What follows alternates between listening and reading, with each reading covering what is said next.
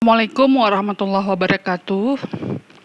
Kita bahas lagi soal yang ketujuh mengenai pembahasan soal pengujian hipotesis ya. Bersama saya Melina Ken Fitri.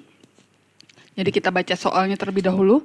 Pimpinan perusahaan rokok menyatakan bahwa 20% di antara para perokok lebih menyukai rokok merek A. Untuk menguji pendapat ini, diambil 20 perokok secara acak dan dinyatakan rokok merek apa yang mereka sukai. Bila 6 di antara 20 perokok ini menyukai rokok merek A, kesimpulan apa yang dapat Anda tarik?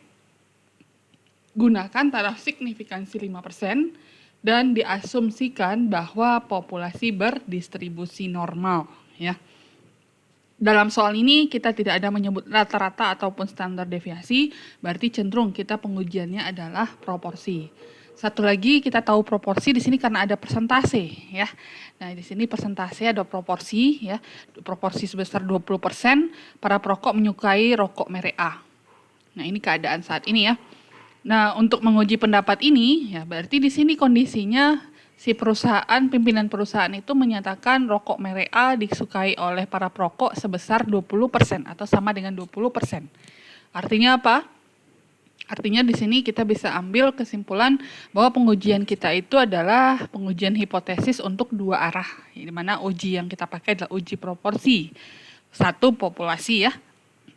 Lalu diambil sampel sebanyak 20, ya berarti artinya sampelnya kurang dari 30.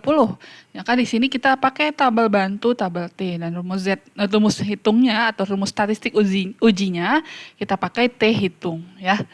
Dari 20 orang tersebut ternyata 6 yang menyukainya. Berarti proporsinya atau P-barnya itu adalah 6/20. Ya, kalau kita misalkan X itu adalah perokok yang menyukai rokok merek A, X-nya sama dengan 6 dan N itu adalah total orang yang merokok, sampel orang yang merokok ya. Lalu proporsinya menjadi 6/20. Nah, 5% ini adalah nilai alfanya. Jadi pembahasan soal ini adalah melakukan pengujian hipotesis untuk satu populasi uji proporsi dua arah ya. Dan tabel bantu yang kita pakai adalah tabel T karena sampel yang diperoleh itu kurang dari 30. Oke, kita lanjut. Nah, ini yang diketahui, kita misalkan P itu adalah proporsi perokok yang menyukai rokok A, di mana P0-nya adalah 0,2 dan alfa adalah sebesar 5%. N-nya sama dengan 20 dan X-nya sama dengan 6. Maka P-barnya adalah 0,3. Dengan alfa sebesar 5%, kita akan menguji hipotesis bahwa diduga proporsi perokok yang menyukai rokok A itu bukan 20%. Nah, pengujian ini kita tempatkan dia di hipotesis alternatif ya. Jadi di sini ada 5 langkah. Yang pertama adalah menentukan hipotesis uji. Nah, ini hipotesis ujinya dua arah ya. Maaf, ini bukan satu arah, ini dua arah. Jadi hipotesis alternatifnya berbunyi, diduga proporsi perokok yang menyukai rokok A itu bukan 20% atau tidak sama dengan 20%. Sedangkan hipotesis nolnya, lawannya, yaitu sama dengan 20%. Langkah yang kedua, menentukan nilai alfa sesuai dengan soal yang diberikan, yaitu sebesar 5%. Lalu langkah yang ketiga, menentukan statistik uji. Ya, di mana statistik uji yang kita pakai adalah tabel T, maaf ini bukan Z ya. Yang kita pakai itu adalah tabel T, di mana rumus untuk tabel T ini sama dengan rumus untuk Z ya. Rumus Z hitung sama dengan rumus T tabel ya, yang membedakannya hanya tabel bantu dan gambar kurvanya. Gambar kurva bentuknya sama tapi daerah yang diarsirnya yang berbeda ya. Nah, di sini kita hitung T hitungnya dengan menggunakan rumus P bar dikurangi dengan P0 dibagi dengan sigma P bar ya. Di mana P barnya ini kita udah dapatkan tadi di soal ya, sebesar 0,3 dan P0-nya itu sesuai dengan yang kita duga yaitu sebesar 0,2 atau 20%.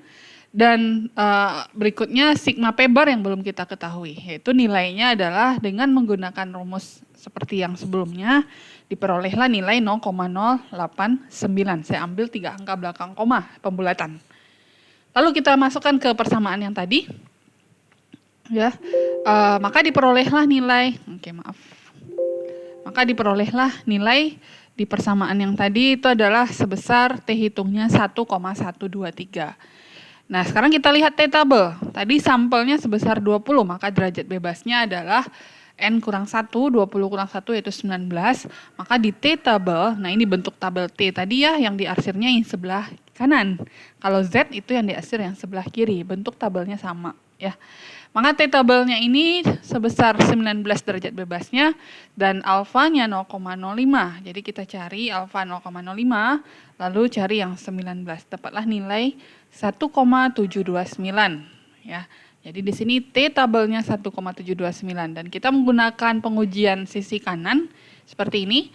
Maka di sini adalah 1,729.